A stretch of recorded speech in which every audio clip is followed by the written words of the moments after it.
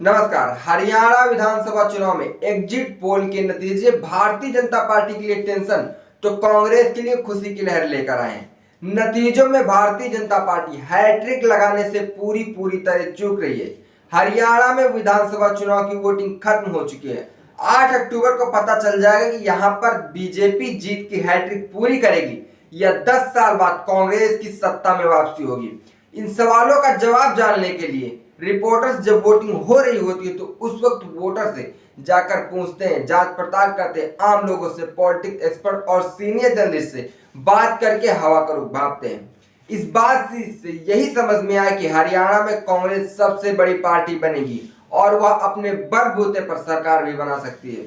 लगातार 2 बार से सरकार बना रही भारतीय जनता पार्टी बहुमत के लिए जरूरी 46 सीटों के आंकड़े से दूर जाती हुई दिख रही है।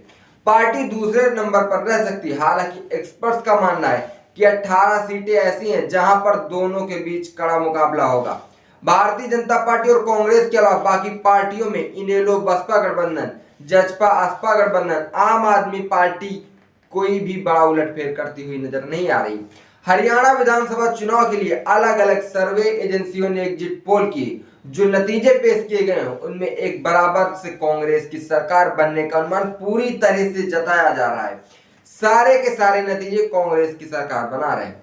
ध्रुव रिसर्च के मुताबिक कांग्रेस को 50 से 64 सीटें तो भारतीय जनता पार्टी को 22 से 32 सीटें मिल सकती हैं।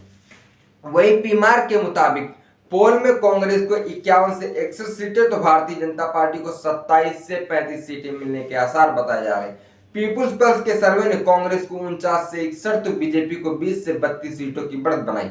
दैनिक भास्कर के सर्वे ने कांग्रेस को 44 से 54 सीटें तो वहीं भारतीय जनता पार्टी को 15 से 29 सीटें मिलती दिख रही हैं। वहीं एनडीटीवी के पोल के अनुसार कांग्रेस को 55, बीजेपी को 25 और आईएनएलडी को 3 सीटें मिल सकती हैं। अगर हम बात करें इंडिया टीवी की तो इंडिया टीवी के पोल में कांग्रेस को 44 से 54 सीटें तो भारतीय जनता पार्टी को 19 से 29 सीटें मिलने का अनुमान है।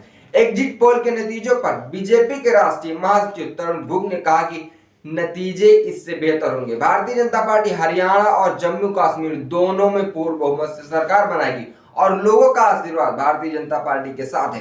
तो वही हरियाणा के मुख्यमंत्री और लाडवा से बीजेपी उम्मीदवार नायाब सिंह सैनी ने कहा कि 8 अक्टूबर को पूर्ण बहुमत के साथ भारतीय जनता पार्टी जीत कर आएगी और हमें पूरा विश्वास है कि पिछले 10 सालों में हरियाणा के लोगों ने जो काम देखा है हर वर्ग के लिए काम हुए।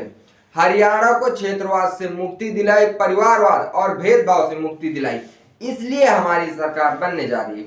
जहां एक तरफ कांग्रेस और कांग्रेस के सारे प्रवक्ता दावा कर रहे हैं कि कांग्रेस की सरकार बनने जा रही है, यहां तक कि सारे के सारे एग्जिट पोल भी कह रहे हैं कि कांग्रेस की सरकार बनने जा रही है। वहीं दूसरी तरफ बीजेपी वाले भी कह रहे हैं कि हमारी सरकार बन रही है। कभी भी, हालांकि कोई भी पार्टी कभी भी ये नहीं नकारती कि हम पूरी तरह से हार चुके हैं।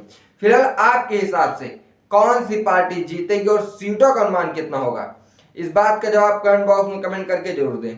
देखते रहिए हालचाल। जय हिंद।